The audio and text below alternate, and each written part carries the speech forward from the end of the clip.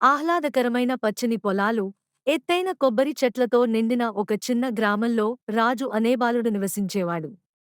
అతను 10 సంవత్సరాల వయస్సు, తరచుగా నడివీలి నడిచేవాడు, కాని కలలతో నిండి ఉండేవాడు.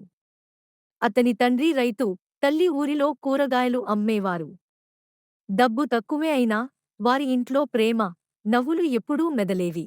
రాజుకు పాఠశాల అంటే ఎంతో ఇష్టం, కాని అతనికి నిజమైన అభిరుచి చిత్రలేఖనం. ఒక కర్రతో గ్రామ వీధుల్లోని మట్టిపై జంతువులు, చెట్లు గీయడం అతనికి ఎంతో ఆనందంగా ఉండేది. అతని కల ఒక అసలైన రంగుల పెట్టె మరియు డ్రాయింగ్ పుస్తకం కావాలని. అయితే వారి కుటుంబానికి వాటిని కొనుగోలు చేసే స్థోమత లేదు. ఒకరోజు గ్రామ పాఠశాలలో ఒక చిత్రలేఖన పోటీ ప్రకటించారు. గెలుపొందిన విద్యార్థికి రంగుల పెట్టె, స్కెచ్బుక్ బహుమతిగా ఇస్తామని చెప్పారు. రాజు ఎంతో ఉత్సాహపడ్డాడు, కాని అభ్యాసం చేయడానికి తగినంత కాగితం లేదు. అందువల్ల పాత వార్తాపత్రికలు, ఇంటి పొయ్యిలోని బూడిద ఉపయోగించి చిత్రాలు గీయడం ప్రారంభించాడు. పోటీ రోజు రాజు తన గ్రామాన్ని అందంగా చిత్రీకరించాడు.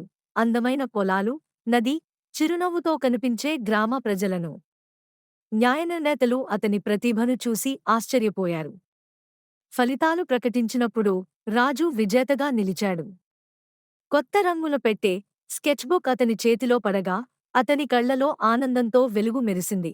ఆ రోజు నుంచి రాజు తన చిత్రలేఖనాన్ని మరింత మెరుగుపర్చుకుంటూ వెళ్ళాడు. చివరకు అతని చిత్రాలు ఒక పెద్ద నగర గ్యాలరీలో ప్రదర్శించబడ్డాయి. చిన్న గ్రామంలో పెరిగిన అబ్బాయి, అతని కలలతో ప్రపంచంపై తన ముద్ర వేశాడు.